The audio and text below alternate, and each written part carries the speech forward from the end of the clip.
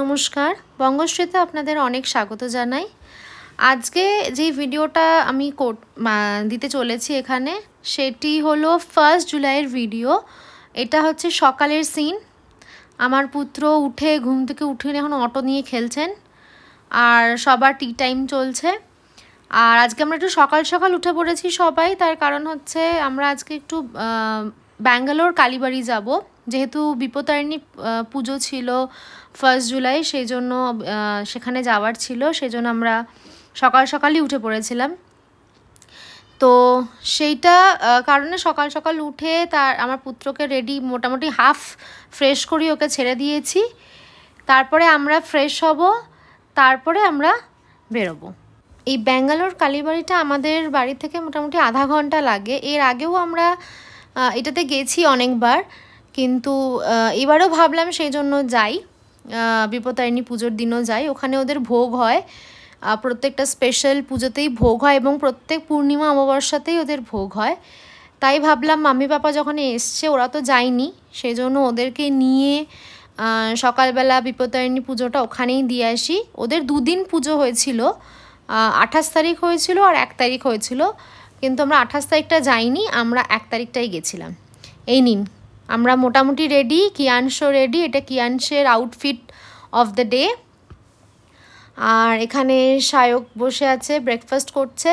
তার কারণ হচ্ছে সায়ক ইনফর্মালস, বিকজ হচ্ছে ও অফিস চলে গেছিলো, ও অফিস থেকে সোজা মন্দিরে এসেছিলো। আর এখানে মাম্মি হাফ রেডি, বলছে কেন আমার ছবি তুলছিস। আর এখানে পাপা রেডি হচ্ছে, আর কিয়ানশ তো ফুলি রেডি, উনি এখন খেলার মুডে আছেন, উনি খেলছেন। আমিও রেডি, শুধু এরা এই কজন মোটামুটি রেডি হয়ে গেলে আমরা বেরিয়ে যাব। এই নিন, আমরা পৌঁছে গেছি ব্যাঙ্গালোর কালীবাড়ি ট্রাস্ট। দেখতেই পাচ্ছেন এখানে সমস্ত ডিটেলস, অ্যাড্রেস, ফোন নাম্বার দেওয়া আছে। যারা ইচ্ছুক আসতে তারা এই ভিডিওটা পজ করে একবার দেখে নেবেন। টাইমিংসটাও আমি তোলার চেষ্টা করেছি, সেটা পজ করে একটু দেখে নেবেন। এটা হচ্ছে এন্ট্রি গেট ওদের, আর এই হচ্ছে পুরো মন্দিরের প্রিমিসেসটা আর কি, মানে এখান থেকে শুরু হয়েছে মন্দিরটা একদম ওই অবধি আপনারা দেখলেন। এখানে বাইরেও চটি খোলার ব্যবস্থা আছে, ভেতরেও আছে, আপনারা ভেতরেও খুলতে পারেন। এবং ঢুকেই ওই যে দেখছেন প্রদীপ জ্বলছে, ওটা হচ্ছে শিব মন্দিরও আছে এখানে, প্লাস কালী মন্দির আছে, দুটোই আছে। তো চলুন ঢোকা যাক ভেতরে। এখানে যেরকমটা দেখতে পাচ্ছেন, এখানে এখন আরতি চলছে, মায়ের পুজো হচ্ছে, আরতি চলছে। এবং দেখতেই পাচ্ছেন বেশ ভালোই এখানে ভিড় হয়। এবং এখানে মায়ের যে মূর্তি, সেটা হলো দক্ষিণা কালী মূর্তি এখানে প্রতিষ্ঠিত। এবং এখানে কিন্তু এই দিনকে ভোগও হয়েছিল, তা আমরা ভোগ খেয়েই ফিরেছি।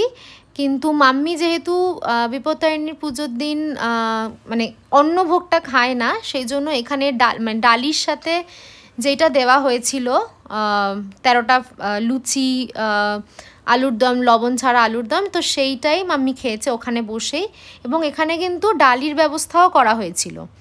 ডালি আপনি ওখান থেকে কিনতে পারেন বা আপনার মতো করে আপনি নিয়ে যেতে পারেন, যেটা আপনার সুবিধা।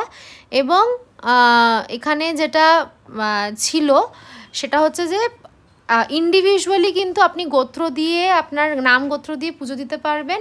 এবং ধাগাও ওখান থেকে ওরা প্রোভাইড করছিল, কিন্তু 4টের বেশি নয়, মানে পার ফ্যামিলি ওরা 4টের বেশি ধাগা প্রোভাইড করছিল না। এক্সট্রা যদি আপনার ধাগা লাগে, তাহলে সেটা আপনাদেরকে বাড়ির থেকে করে নিয়ে আসতে হবে, এরকমই ইনস্ট্রাকশন ওদের ওখানকার ছিল।